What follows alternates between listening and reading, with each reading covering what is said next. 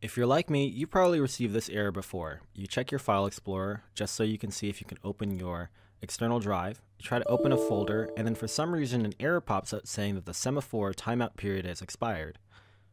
Let me show you how to fix that.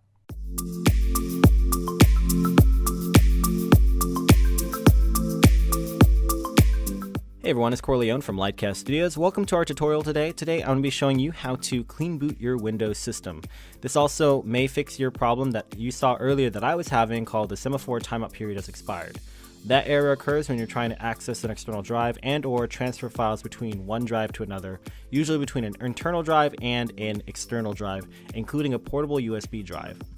In order to fix this problem, we need to diagnose whether the problem is occurring within Microsoft services and or external services that you're running on your computer, including Adobe Acrobat or maybe Apple iPhone services, things like that. And in order to disable those applications, you need to clean boot your system. So this is great because if the problem occurs after you disable the external services and you're only running Microsoft services, that usually means that the problem is within your system configuration files and you might need to repair Windows and or reinstall completely, which is something we don't want to do, but at least we know that that would be the problem. Hopefully by disabling external services, we're able to actually fix a problem so we don't have to actually repair Windows 10.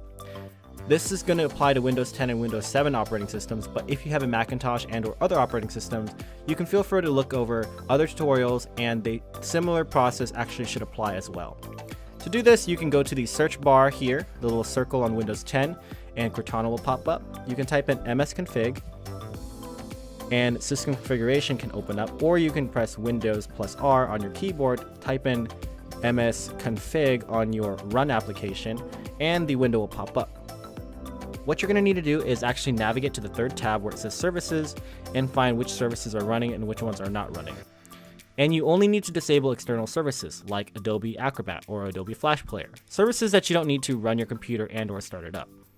Make sure you click off this checkbox because if you don't, you might not be able to log into your computer, and some of those services that are important to running your computer will be disabled as well. So you do not want to do this, or else you're going to create more problems in the future. Once you click hide all Microsoft services, what you're going to do is disable all these applications, and now all the services that are external to your computer will be disabled. You're going to click apply, and then you're going to click OK. Once you do this, a window is going to pop up asking you to restart your computer.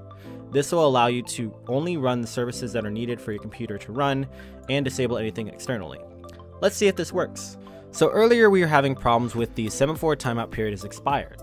And now we've clean booted our system.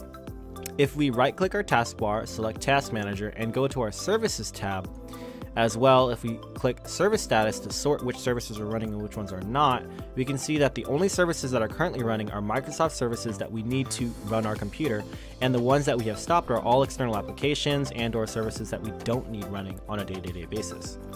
To see if we fixed our problem, we need to go to File Explorer, find our external drive, and do the same thing we did earlier that we couldn't do before. As you can see, my Semaphore timeout period expired error does not pop up, which means that I have fixed my problem. This should work for most people as well. If your problem still persists, please leave a comment below and I'd love to follow up with a future video. Otherwise, this is Lightcast Studios, and thanks for watching. See you all next time.